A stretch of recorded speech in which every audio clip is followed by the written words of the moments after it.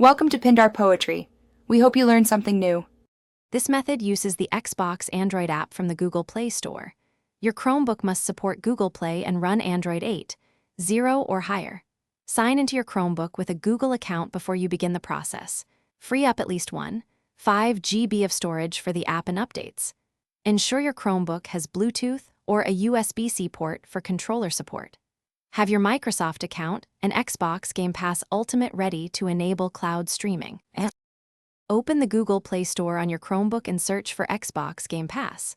Tap Install to download the Xbox app and any required service components. After installation, open the app and sign in with your Microsoft account credentials. Grant permissions for storage and microphone when prompted to ensure proper functionality. If the app asks, accept sign-in verification or two-step authentication from your phone. Keep the app updated through Play Store to receive performance and feature fixes. Pair a Bluetooth controller or plug in a USB-C controller through your Chromebook settings.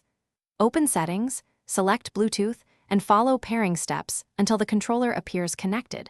Use a 5 GHz Wi-Fi network and target at least 10 Mbps download speed for stable cloud play.